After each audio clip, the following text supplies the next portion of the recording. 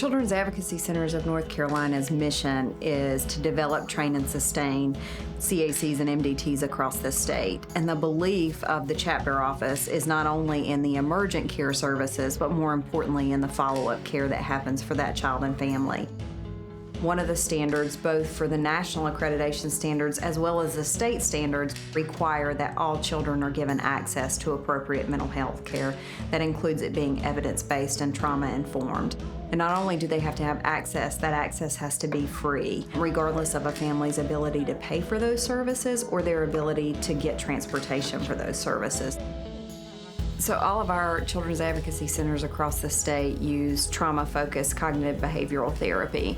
There's two phases within trauma-focused cognitive behavioral therapy. The first phase is really meant to be around skill building, and there's 3 different components within skill building. The first component is around psychoeducation, which is just teaching families and kids about the modality itself and what they can expect. The second part of phase 1 is around relaxation skills, and that's really teaching children how to de-escalate when they start to feel their trauma building or when they start to feel out of control. It teaches them different skills to bring themselves back down.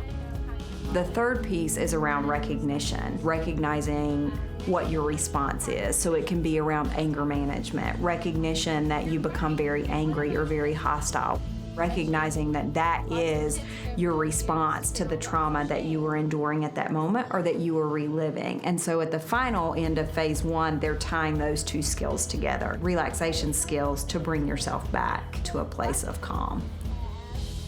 Phase 2 is really the movement through the trauma itself.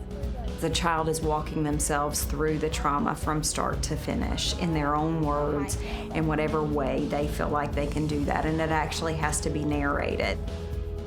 Without them actually narrating the story, we're making assumptions, and their treatment can't be helpful to them if we're making assumptions about what that experience was like for them. So it's critical that they actually narrate for us not only the experience itself, but how each of those pieces made them feel.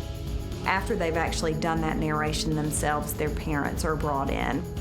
It's really to hear the story of that trauma from their child's perspective and to hear about all the work that they've done. Mental health therapy is the best way in which to guide children towards healing and a bright future, and children deserve to know that their abuse doesn't define them at all. It's a part of their story, but it doesn't define who they are as people. And they deserve to figure out who they are and who they want to be.